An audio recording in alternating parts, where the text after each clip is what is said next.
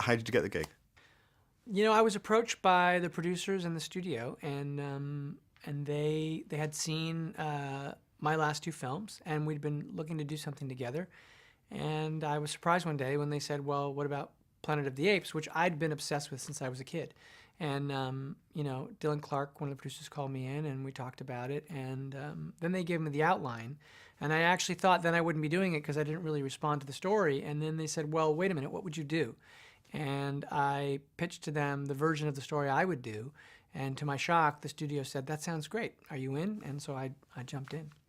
So in the 1970s, you were a big Planet of the Apes fan. Oh Then, yeah, yeah. Well, there was, I was when the '68 film came out, I was only one or two, and so I hadn't, I didn't see that obviously first run. But when I was just coming of a certain age, the television series, which was only on for 3 months, but I thought it was on. I have this memory of it like it was on for all of my childhood because it was that important to me. But it introduced me to that world, and I collected all the toys, and I had these records and a lot of the stuff, and then got into the original films and became obsessed with them. So this has always been a kind of obsession of mine. Yeah.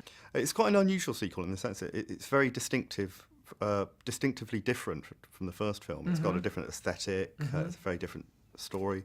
Was that a sort of a definite decision to make it tonally very different? The idea was that this moment in time was different, and then I wanted the film to be as personal as possible. I mean, you approach everything from the perspective. I mean, it's like I didn't set out to make it different so much as I set out to make it personal.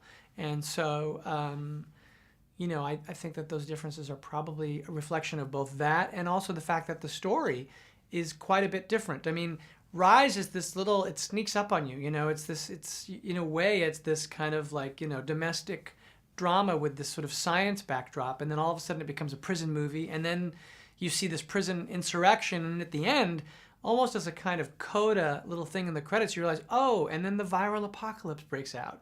And so it's this like sucker punching at the end, and then we had to actually deal with what would happen after the viral apocalypse and the idea of this kind of burgeoning ape civilization. So that's quite a different story from Rise. So in that way, it also, I think, accounts for the differences. How long did it take to get used to the motion capture thing? Because obviously you'd not done anything like that No, before. I hadn't. I was really worried about it being an obstacle to my dealing with the actors, because that's one of the most important things as a director for me is my relationship with the actors. And the big relief was in quickly discovering that it was only a piece of equipment that recorded movement and performance. And so the idea was that the getting of the performances was exactly the same as any other movie I'd ever done, which was just staging the scene with Andy and the other performers and finding the thing that made sense. And once you had the scene, then you had the scene. Now, there are a bunch of technical hurdles you have to do after you do that, where you have to reshoot the shot for the characters in it that aren't apes, and they have to, so their performances, you have to get it again. Even if you've got something great, you still have to get it again because that's what's going to be in the movie. And you also have to shoot, if you've got a shot of Andy's walking across the room, you have to actually reproduce the shot without Andy in it. So you've got the camera operator going, did I do this? Did I do this? Which is a very weird, time-consuming process. And then the editing of it is a whole other level of complexity because you're never quite looking at the dailies.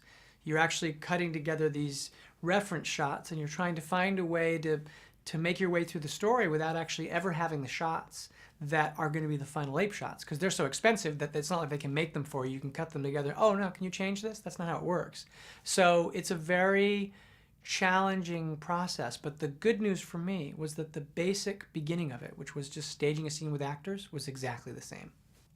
So in scenes where there were like dozens and dozens of apes, Yeah. were they all sort of acted out mocap, or were like sort of the extras sort of just digitized? The all the performances are based on performances, but when we've got like 1,000, we create a library. So essentially what happens is you've got the foreground actors, and mocap can really only record at most about 10 at a time.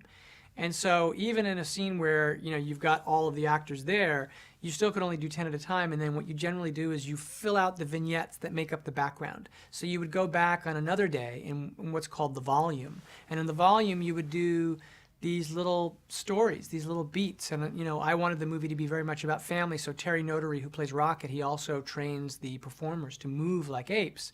and he taught his daughters how to walk like apes and walk on these arm extensions so they could walk quadrupedally, and they would run up and jump on his back. So we constantly had children on backs, and I kept thinking of that scene in The Godfather where Luca Brasi is talking to the Don, and children come running into the room, and I wanted this sense that there was serious business going on, but there's families and children all around.